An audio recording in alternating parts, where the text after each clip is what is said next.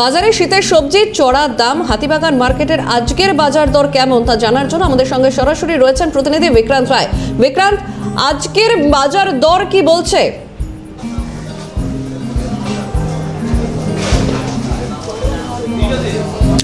একদমই আজকের বাজার দরে জানাবো। এই মুহূর্তে দাঁড়িয়ে এই মুহূর্তে হাতিবাগান বাজারে রয়েছে। হাতিবাগান বাজারে কিন্তু যে সবজির যে দাম, সেই দাম কিন্তু বেশ কিছুটা কিন্তু চড়া রয়েছে এবং দেখতে পাচ্ছ শীতকালীন সমস্ত সবজি, অর্থাৎ পেঁপে থেকে আরম্ভ করে পেঁয়াজ কলি সমস্ত সবজি কিন্তু ইতিমধ্যেই বাজারে এসে বাজারে উপস্থিত রয়েছে। তবে দামের বিষয়ে একটু জানার চেষ্টা করব। কাকু, আজের দাম কি কি রয়েছে আজ বাজারে, মূলত কি কি দাম?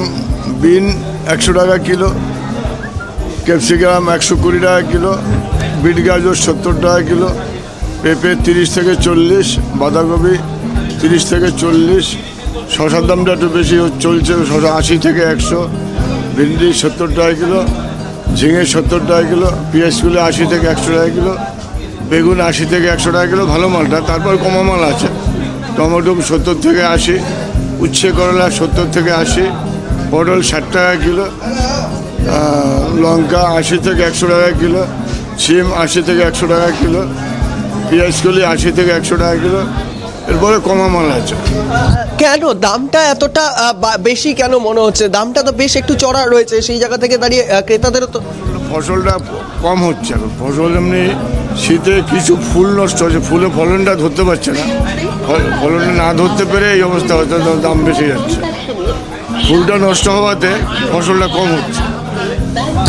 তুমি শুনতে পেলে যে ফসল কিন্তু কম হয়েছে এবং সেক্ষেত্রে দাঁড়িয়ে আমদানিতে একটু প্রভাব পড়ছে, যার কারণে কিন্তু দাম যে রয়েছে সেই সবজি বাজারে সেই দাম কিন্তু একটু হলেও চড়া রয়েছে। তবে মূলত শীতকালীন যে সমস্ত সবজি, সেই সমস্ত সবজি কিন্তু বাজারে রয়েছে এবং সেই জায়গা থেকে দাঁড়িয়ে ক্রেতারা যারা রয়েছেন তারাও কিন্তু কেনাকাটা করছেন।